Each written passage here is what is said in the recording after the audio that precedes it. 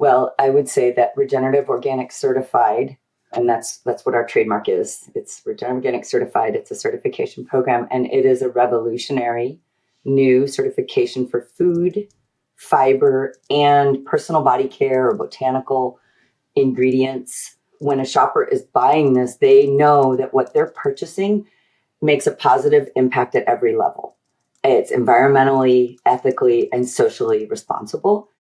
Welcome to Brands for a Better World, the podcast that brings you the stories behind the people and products building a more just, healthy, and regenerative future for us all. Tune in weekly, and together, we'll learn about why these better products and brands were created, how they're helping fix broken systems, and what you can do to support them. My hope is that you'll discover some new brands to love and get some sparks of inspiration that will help you live your best life. Hi, I'm your host, Gage Mitchell, founder of Modern Species, a sustainable brand design agency helping better brands grow to scale their impact. If you like this show, please help it grow by leaving ratings and reviews on your podcast app and by sharing your favorite episodes with your friends. Maybe this will be one of them. This episode is part of a 2023 Impact-Driven Gift Guide series, where we're digging deeper into some of the impact certifications we chose to feature in this year's guide, so you have a better understanding of what they each mean and how they're helping make the world better. To get your copy of the gift guide, go to modernspecies.com/gift guide. This episode's guest is Elizabeth Whitlow, Executive Director of Regenerative Organic Alliance, and we talk about the Regenerative Organic certification, how it came to be, what it means, how it's better for people, farms, animals, and the planet, and what you could do to support the movement. We then wrap up with a fun gift-themed rapid-fire question segment. Enjoy. Hi, my name is Elizabeth Whitlow, and I'm the Executive Director of the Regenerative Organic Alliance. The Alliance is a really awesome organization. It was founded by Dr. Bronner's, Patagonia, and the Rodeo Institute in 2017. Those three organizations, they came together. If you know those brands and organizations, you know that they really stand for organic, and they have long been known for carrying the torch for organic from Rodeo, for bringing organic, really, and organic methods to America, to farmers and consumers through their publication and through a lot of their training and research and work to educate farmers. And Patagonia and Bronner's, both brands who really were very dedicated to their supply chains being organic. Those three organizations came together and they were worried about the future of organic. There were some issues happening in organic at the time, and there was a lot of perceived downward pressure on organic because of, one, the allowance of hydroponics, which is a really huge division within the organic community. And I had been with organics for like 17 years prior to that. So I saw a lot of that up close as an organic inspector and working for one of the nation's largest organic certifiers. Also, there was this allowance of factory farming of animals, very industrial sized livestock operations. So Bronner's and Patagonia, they reached out to Rodeo. They're like, hey, what can we do? Let's get together and talk about it. So they met in Pennsylvania, gathered around a table, started talking about their vision for the future of agriculture and what they saw was missing from organic. And that was really the very beginning. And they started to feel like, oh gosh, we're onto something here. And they invited other stakeholders to join them. So they invited people from the animal welfare community, social fairness and labor and social justice and ranching and farming. And they all started hammering out what they called the Regenerative Organic Certified Standard. And that's what I'm here today to talk about is we can just call it the ROC. We're just going to cut straight to the quick here. We're going to call it ROC, the ROC framework, the ROC standard, and the certification program. And that's how I got involved. They hired me to oversee the global pilot program in 2018. And it's been amazing how much we've done in 5 years. So happy to share it with you today. And thanks for inviting me. It has indeed been amazing. I've loved how much momentum the regenerative movement has been getting, partly because for me, it's this awesome combination of the future, but it's also grounded in the past, by which I mean regenerative organic practices are what we need as the world, as all of the species on this planet to be able to get back in harmony with the planet, but also back in harmony with ourselves, right?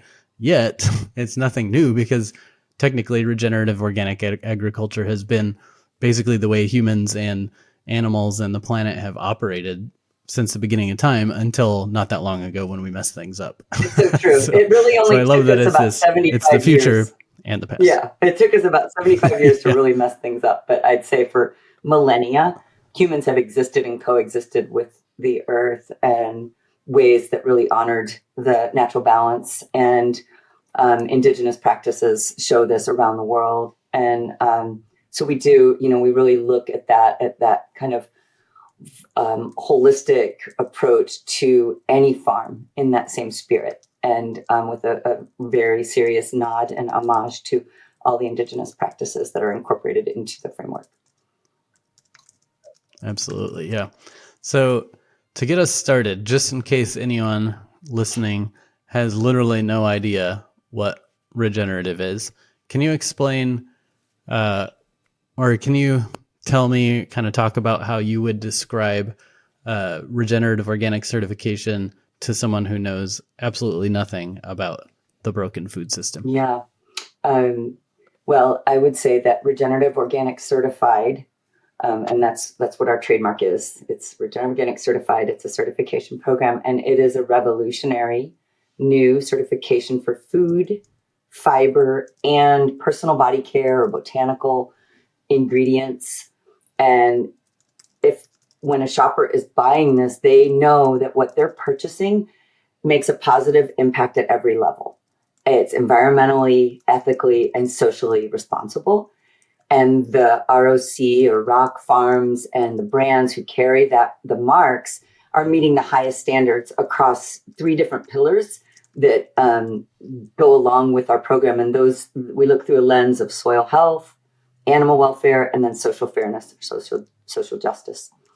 So, that would be it in a nutshell. Great. And I know it's, I think one of the reasons in my mind the regenerative movement is growing so quickly in comparison to maybe some of how much time it was taking to get organic itself off the ground is that with regenerative, it seems that both conventional and organic farmers are getting on board. I've been hearing both sides of the aisle there talking about how regenerative practices are necessary, which is awesome to find something that kind of bridges that gap. However, I'm worried that because of that, we'll start seeing some like conflicting definitions and, getting right back into the consumer confusion around, well, what does it even mean if this standard means that and that standard means that? So just for everyone listening, kind of in your own words, what would you say are the fundamental differences between the regenerative practices in general and regenerative organic practices or principles? It's a really important point that you're making. Since I got this position, there have been, I think, 5 new regenerative certification programs that have popped up. None of those other regenerative certifications require organic as the baseline, and that is the big differentiator for us.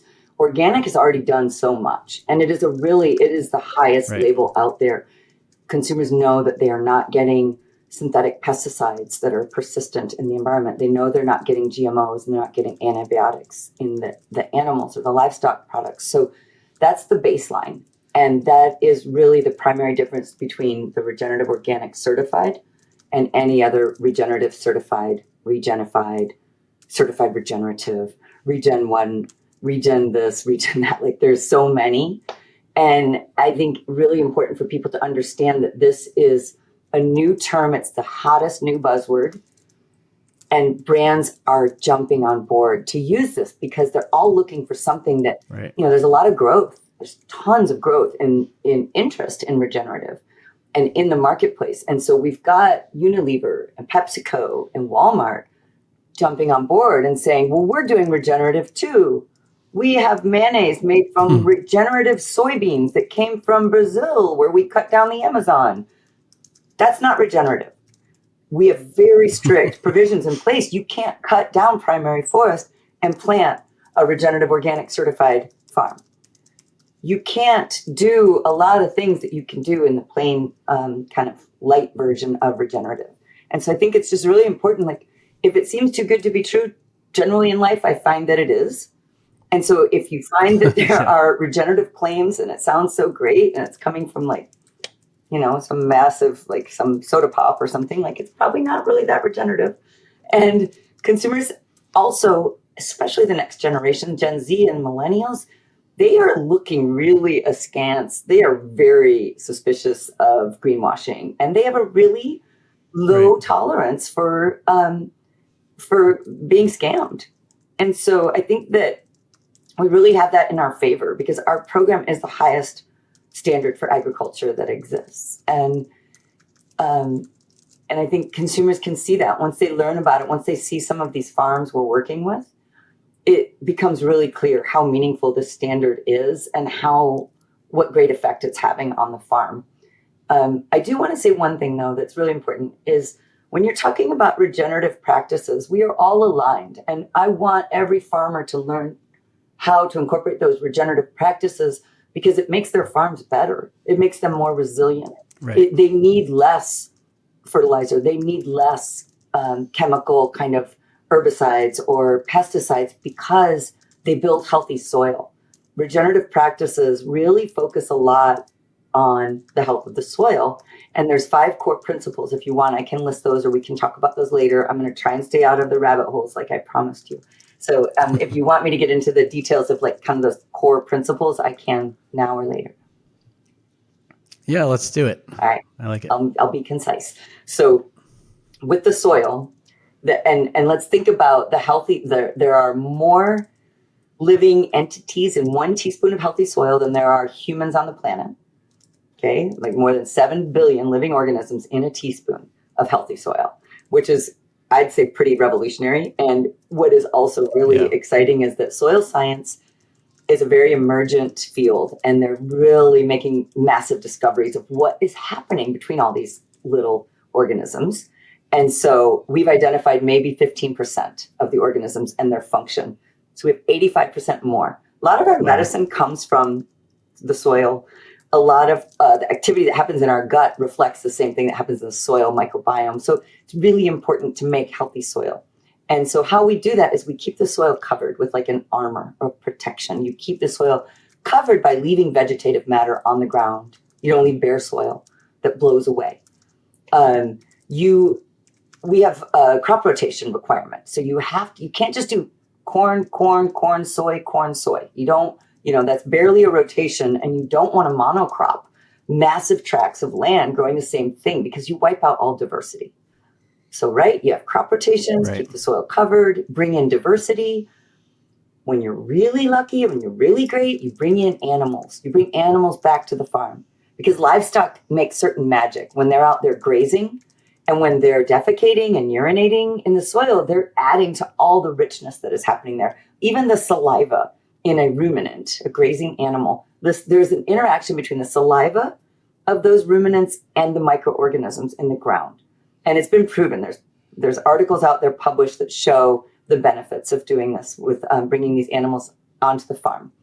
I think those are the main ones that I wanted to cover. Oh, the other big one is minimize your tillage, minimize your soil disturbance. So when you go through there with a heavy plow and you tear up the structure of the soil, you expose it to the air, and all those beautiful little microorganisms are going to be exposed to oxygen and sunlight, and they'll probably die. The end. Right.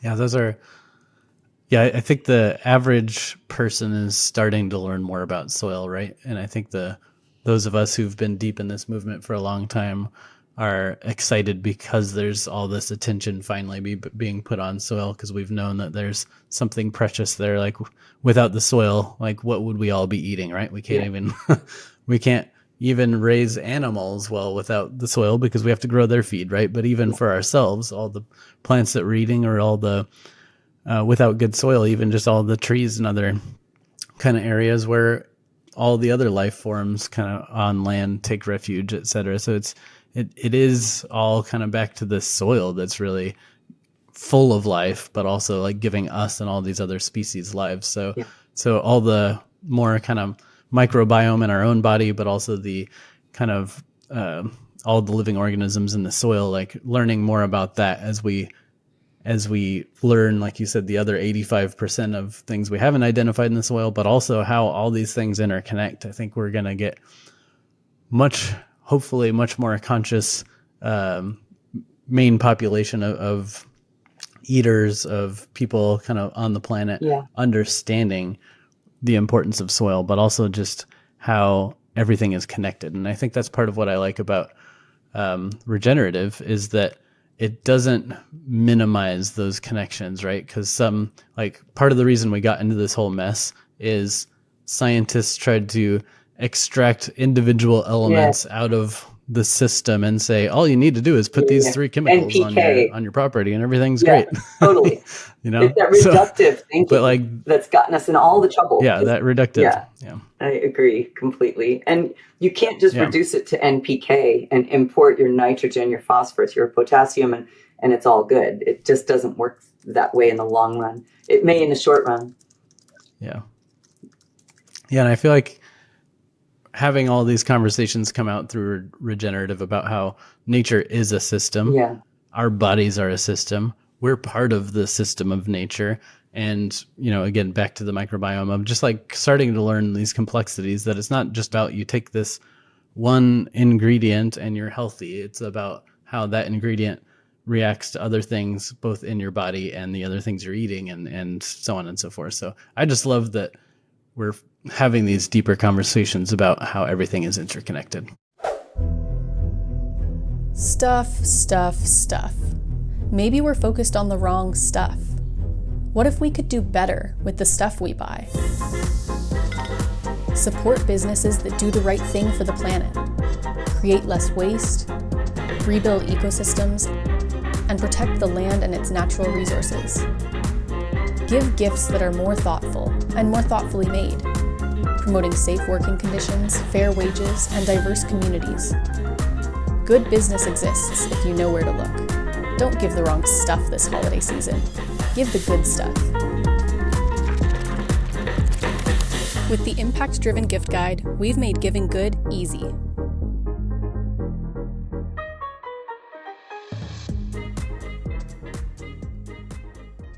We talked earlier in this conversation about how and why the Regenerative Organic Alliance was founded. But I'm curious now, handful of years in, what are you most proud of to date?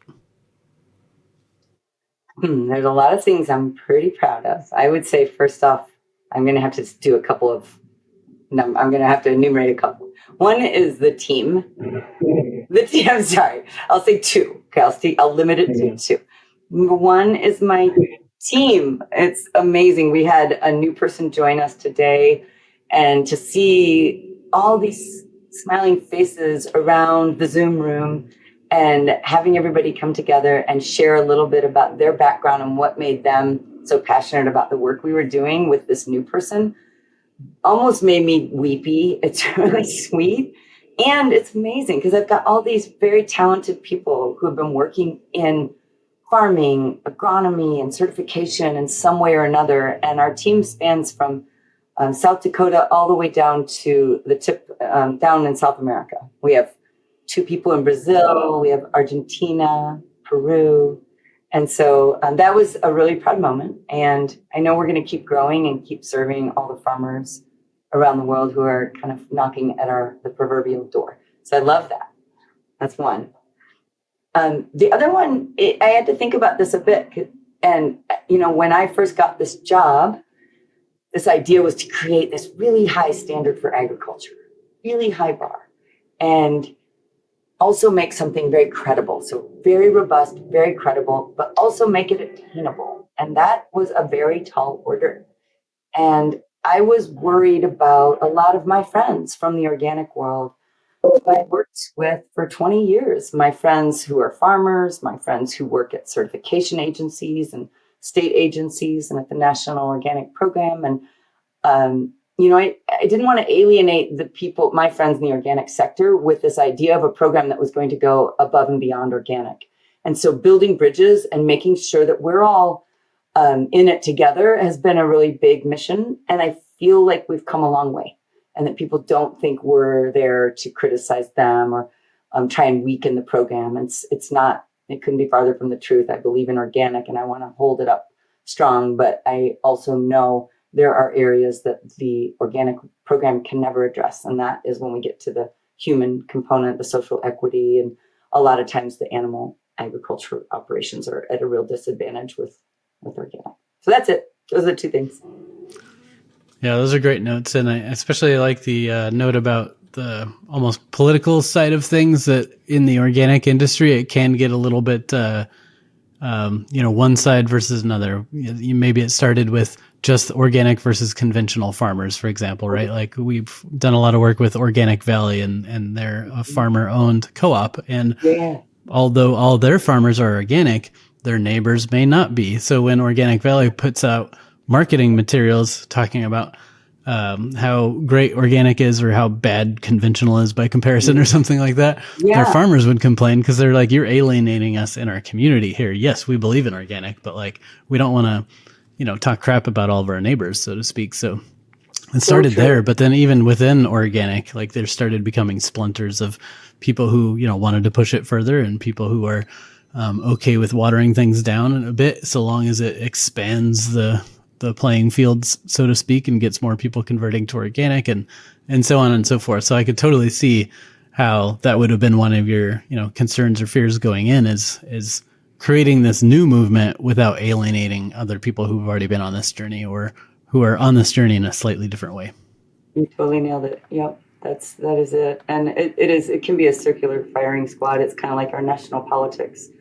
And so it's the same in the organic sector is this, and we'll never do well by pitting against each other. We have to work together. We have to link arms and build a movement and help entice farmers who are using pesticides and herbicides, entice them in because of the benefits you get to show through the organic production, the regenerative organic production. And I think there's no better way to get people in than to appeal to them and invite them in rather than to force them in or to them or, belittle. So none of those things were going to be our strategy. And it was difficult sometimes because you do want to differentiate. And so finding those top points, differentiating our program isn't easy because it is complicated. Nothing can be reduced to a really simple, easy, got milk kind of campaign, right? So that's been a tall order, and we still have long way to go. Yeah. Absolutely. I mean, that's a good point too. Like I'm always like, there's some certifications or some movements that are very simple, right? It's about one thing. Like the non-GMO movement, I feel like exploded to some degree because it was just about GMO or not GMO. Right. So it was an easy conversation. Whereas with things like regenerative organic, like organic is deep, regenerative is deep. So there's a lot to educate there already. And then to your point, there's these like parallel paths of organic and then regenerative organic. So there's inherently some education that needs to go along with it. And in that education, you can either just talk about the benefits of what you're doing, or you can do a compare and contrast. But when you do that compare and contrast, you're alienating someone, or you're, making them feel lesser, which makes it a little more controversial. Totally. Yeah. And there's also like the climate smart movement or the climate friendly movement and the carbon, the CO2 friendly, all these different things that are happening. So yeah, it touches on a lot of these. And I think just you're really knowledgeable on all these certifications and these movements. And so I'm sure you get it. But consumers come to their place of wherever they're shopping, wherever they're buying their food. They have a certain set of values they carry in there with them.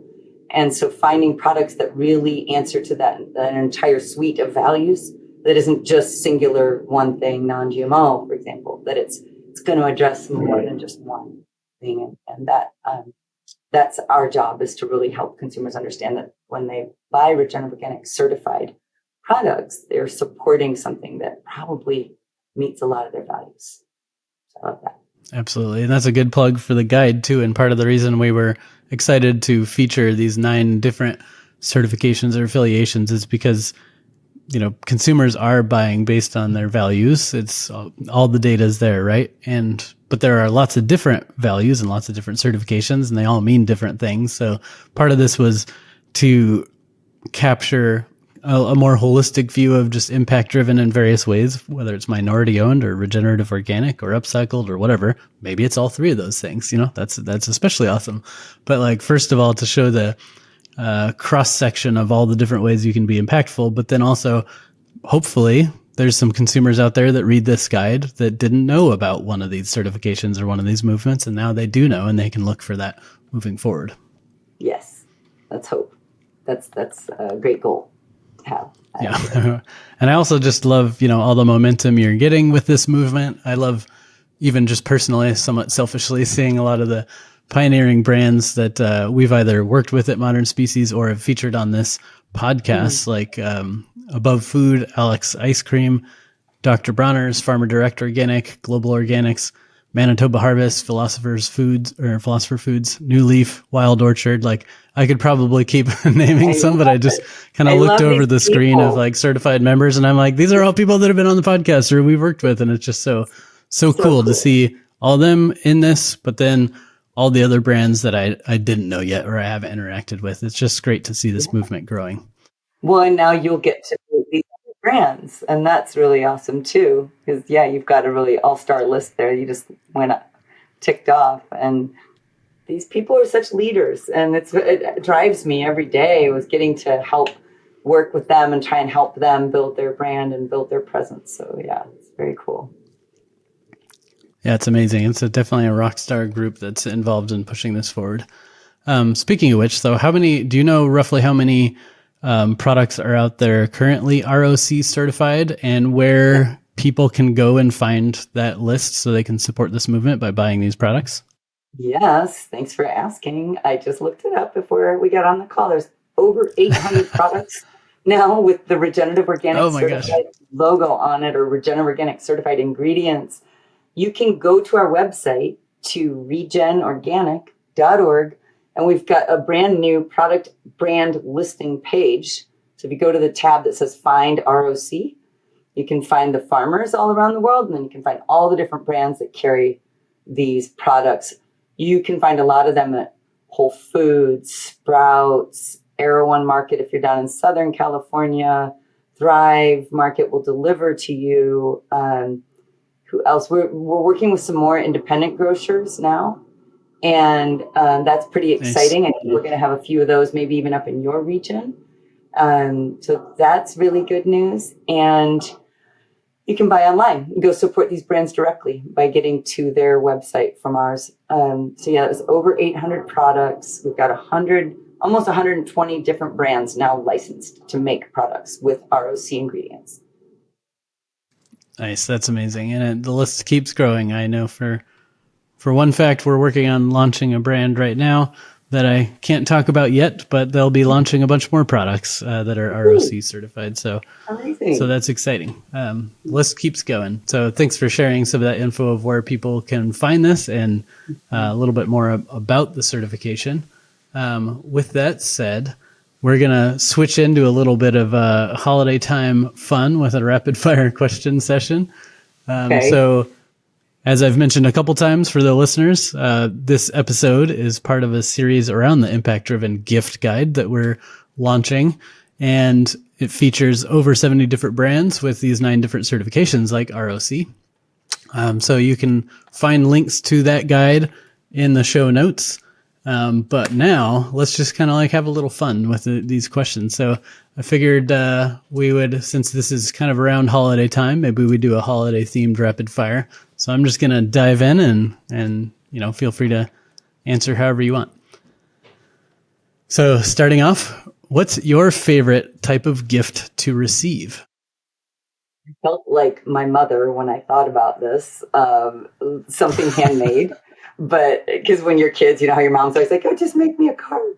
And it's really true, though. And I wore something that is handmade today in honor of this. And this is wool from some sheep that are regeneratively grazed over in Marin County and then dyed with indigo. So something like that, handmade, locally sourced, supporting a local economy, that's always my favorite kind of gift. Yep. That's amazing. And that's why we included this like makers section in the guide for people who want to make something for someone. So we have some products where you can like make a candle for someone or maybe cook them dinner. And we kind of listed some suggested products there. So that's an area that I would really love to expand upon because, you know, part of conscious consumerism isn't just going out and spending dollars all the time, which, you know, we do need to do that, vote with your dollars and buy the better brands, but it's also about like maybe reusing something or upcycling something that you have at home and like making it better and handing that off as a gift. So we're excited to maybe dig deeper into that next year. I love it. Okay. So what is your favorite holiday of the year? You know, we are entering into the season of, you know, a time when people gather around the table and break bread and share meals and share gratitude. And so I really kind of love this beginning of the season where people do this, where there's a huge abundance of harvest where I live. And it was the same when I lived up in the Northwest. There was so much abundance that we gathered and brought to tables to share with one another and, you know, kind of leading up into the winter solstice. And, you know, that's just kind of a very special time of year for me. And so I'm going to just call that like the season of gathering as mine. And yeah, it'll range from November right into December. And I actually have something That's else beautiful. in my hand And that I can share. This is some sweetgrass that I gathered on the hills up in Mendocino when I was out mushroom collecting last November, and I'll be going again soon. We just had some rain, so it's going to be time to go look for mushrooms. And I never knew that there was all this beautiful sweetgrass on this one particular hillside. And so I made this for a lot of my friends. I wove them some braids of sweetgrass. And I think that's a really beautiful thing to give to people, is something you go and gather and make yourself. Yeah, that's really cool. Back to the handmade stuff. But I love also that your answer was kind of about seasons, right? The change of the seasons, whether it's planting season or growing season or harvesting season or and the fact that this season that we're moving into is all about that kind of harvesting, that abundance, that gathering around the table, that celebrating nature to some degree of like what it's provided us, right? So that's kind of a beautiful way of looking at it. I like that. Yeah. Okay, so much abundance. Where do you like to go to shop for gifts? I stay local. I am not an Amazon shopper. I buy things. I always think about it when I go to local stores that because I'm not buying from Amazon, I'm helping this kid keep their job, and I'm helping this store stay in existence. And I've always, like, actually when I was up in Olympia, there was the sound currency. I don't know if that's still around. You remember that, or is it anywhere around there? It was a local currency. We had it in Berkeley. Yeah, it was Berkeley bread, and you could basically use local currency and find other ways to drive revenue into people's hands directly. And I love that. I think that's really, really important for our thriving communities. Keep the resources as local as you can. Yeah, that's really cool. I remember, I don't know if time banks are still a thing, but there was those time banks for a little while where instead of, trading money, you could trade time, and you would track, your credits of what you've done for the community. And then you could use your credits to get something from someone else in the community, whether products or services. I haven't seen one of those in a little while. Mm-hmm. Yeah, no, I've never used that, but you're right. That's a really beautiful way to do things as well. And, of course, there's also like what you're doing and other like more ethically minded kind of collections of things that really speak to a consumer's values, and is another great place to go for sure. Yeah. And that was actually one of the things we talked about in the guide for the guide, since people are going to be looking at this from all across the country and or, continent or something like that. We had to just put like links to a website to go buy stuff. But one of the things we talked about is maybe finding some way to feature some local places. Like, hey, there's 6 products in this guide from this region. Here's a grocery store. Here's a place where you could find most of those products. So we're going to try to find some ways to like push people to shop local as well. That's great. You think about like community food co-ops too. Those are always a great place for people to support local. Right. Yeah. Absolutely. I buy lots of gifts from there too. Shout out to Olympia Food Co-op. Yes, exactly. I volunteered there. Oh, nice. Awesome. So what's one gift that if you could only give one gift to everyone on your list, what would that be? I mean, it's food. I make people food and drinks. Those are my love language. I'm always making things like that I give people. And I meant to bring an array of those in the room, and I didn't. But I have behind me in my garage, I have cherries from the peak of harvest I put in brandy, and I have shrubs where I harvested my blueberries and my raspberries, and I put with organic apple cider vinegar, and then mix it with honey, and it makes into a nice shrub. And I actually first learned how to make those shrubs when I was in the Ozarks from a woods woman there who was always making shrubs. At the peak of harvest, anything, she just cover it with apple cider vinegar and extract the potency from that berry, whatever it was, and then mix it equal parts of honey, and you could have it on ice with a little soda water or in a mug with hot water, make like a little hot soothing drink. So I have a lot of concoctions like that brewing just through that wall. And that's what I usually do. So I make something like out of something, I don't know, there's often spirits involved, I'll say, or food. That's beautiful. And now I wish I was living near you so I could try some of those delicious shrubs. I love some good shrubs. I wish I could remember the name of it. Of which kind of shrub? I'll maybe put that on my list. But I'm trying to remember the name of the brand, but there's a company that I found at the Olympia Farmers Market that I bought their shrubs recently, but they make some really beautiful stuff, and I'm a big spice fan, and they've made like fruits mixed with, the apple cider vinegar, but also some like cayenne or something like that in it, some chili pepper. So it adds this just amazing little kick to like some seltzer or whatever else you want to mix it with. So super delicious stuff. So there's such a rage now with the mocktails, and so, or the non-alcoholic drinks. I think there seems to be like a move in that direction, and I love it because you can make such festive drinks with it. I do like a salt and chili on the rim of something. Like you could do this, Gage. I'm going to tell you, this is my newest kick. Okay. Tepache. It's a tepache. Yeah. It's a Mexican, it's like a cultural drink in Mexico. They take the pineapple rind and ferment it. They put sugar and water with the pineapple rind and then just cover it with some cloth or something depends how warm it is in your home, but 2 to 4 days, and it gets a little fizzy. And you strain it off, and then I put some chilies in it. I put some, mango juice or ginger, and it's a really delicious concoction. I can't bottle that one. That you have to drink pretty much after you make it. But the other things, limoncello. I make a lot of limoncello because I have 3 different kinds of citrus trees. So, wow. So you'll have to come visit. I invite you. That sounds amazing. Yeah, thank you. Yeah, I'm a big beverage fan. I've always got like throughout the day, I have like 5 or 6 different beverages, from coffees to teas to bubbly waters to whatever. I just like the variety. So it sounds like your place is my kind of heaven. Yeah, same. And speaking of which, we didn't feature them in the guide, but since you mentioned it, there is a brand called Tepache too that makes canned drinks like mango chili, and they are organic certified, not regenerative organic, but you might want to check that out and see if you could find those locally. They're not in the guide, and I didn't do the work, but I know of them through the community. Yeah. That's why I started making it, because I was drinking those cans, and it's like $4 a can. And I'm like, I got to figure out how to do this. And I just did it like about a month or 2 ago. I started making this. It's all because of those cans. And I copied them 100%. Yeah. I looked it up. I found recipes. Yeah, it's one of my favorite finds from Expo. Yeah.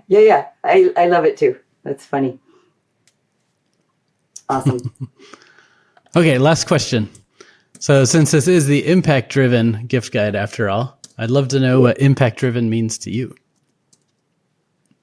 Impact-driven means like we're trying to make change. We have a food system that is in desperate need of change. And so that's what I have been an activist my whole adult life, trying to make change and bring purposeful change. And so I think for me, like if you're having impact, you are making some noticeable change to a system that desperately needs you. Absolutely. And there are so many changes or systems, unfortunately, that need to be changed, right? Like So it's almost yeah. every human system that we've created, whether healthcare, economics, food system, whatever, it all needs to be evolved to some degree, because it was either because problems grew out of, scale of our species, or Yeah. maybe problems were designed into the system from the get-go that need to be Sure. kind of pulled out. So much Yeah. change that needs to happen. But I like that definition, kind of driving change, fixing broken systems. That's cool. Yeah. Fixing a broken system. I mean, we know it. You just said like the three that are so intertwined: economic, food, and health. Our healthcare system, Right. like we are spending trillions of dollars on diet-related diseases because people can't access nourishing, healthy food. Like that is, It's horrible. Yeah. it pretty much sums it all up. So we've got a lot of work to do. Yeah. One of our recent podcast guests, Kos, KOS, that's basically why they founded their business, is this idea of kind of going back to the ancient Greek physician Hippocrates, I believe is how it's pronounced. But he's the one that said, "Let food be thy medicine, medicine be thy food." So it's the idea that, like, if you're eating good food that's grown well, and you're eating like real food, not hyper processed food, etc., then it should make you well, right? But if you're not eating well, then you need all this medicine. so instead of taking all that medicine, hopefully we can get back to a place where our food is our medicine. We're eating healthy, we're eating nutrient dense foods, we're eating, organic stuff, etc., that makes our body better, regenerates us and the planet at the same time. Yes. Hallelujah. I tell you, I've met people in the last couple of years who really come to this movement from that exact place. From very much like had health problems and changed their diet and really came to this like autoimmune, all kinds of situations that I've heard of where people really address it through a change in their diet. And I believe in that very deeply. Yeah, absolutely. Reminds me of another guest. I guess I could just keep rattling on all the time, but we had a guest on the show that came to this movement exactly through that. She had been like lifelong experiencing lots of health problems, and then finally, I think in her like 40s or 50s or something like that, I can't remember, took a look at what she was eating and realized that if she changed her diet, all of a sudden so many other issues in her life kind of lifted, and she felt so much better.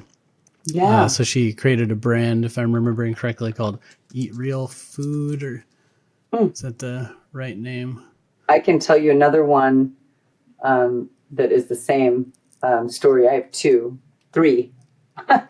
One is Bum Ju, Nice. The Delicious Revolution. She is Korean, and she's doing this whole movie about this. And she also had similar challenges, health challenges, and changed her diet and learned about food. And there's many people, Jeff Katch and Robin O'Brien on my board, and then Ashley Walsh from Pocono Organics.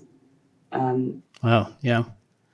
That makes sense. Like very serious testimonies from these people about how learning about their food and changing their diet changed their trajectory in life.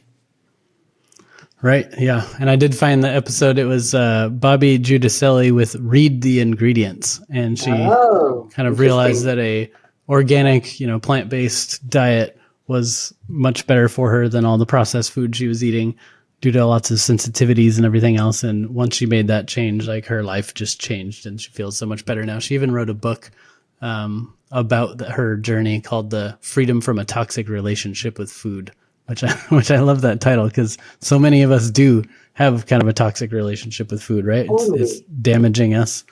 Yeah. And I'm looking at her website here, or her product. It's beautiful. Read the ingredients.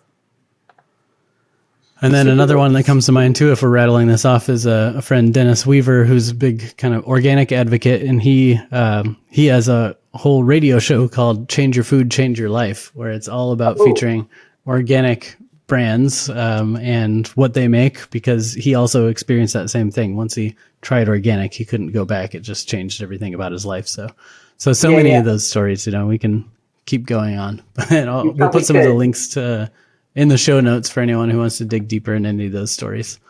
Yeah, there you go. I just downloaded his too, so thank you. I got his website up. It's been so fun to talk to you, Gage. Thank you for all your work and for what you're doing, and it's really great to see you bringing all this together and kind of curate this whole collection and be so knowledgeable about it. So thank you. It's a lot of fun. I love doing it. And thank you for doing everything you do to help move this regenerative organic movement forward, and for taking some time out to share with us on the show what you're up to. And thanks for collaborating with us on this impact gift guide. It's going to be huge. Everyone download it. It's awesome. But thanks for everything you're doing to help fix the broken food system, because it's much needed. I appreciate it. Let's keep doing it. Rock on, as we say here at the ROA. Thanks for listening. To learn more about the Regenerative Organic Certification or Elizabeth, visit regenorganic.org. That's REGEN organic.org. And to get your copy of the gift guide, go to modernspecies.com/gift guide. If you like this show, remember to help us grow by liking, reviewing, and sharing. If you're new here, don't forget we have over 100 episodes in the archive. Some might be called Evolve CPG, but it's the same show, so dig in for more goodness. If you consider yourself an impact-driven professional, join me over at impactdriven.community, where we're supporting each other's growth as impact leaders.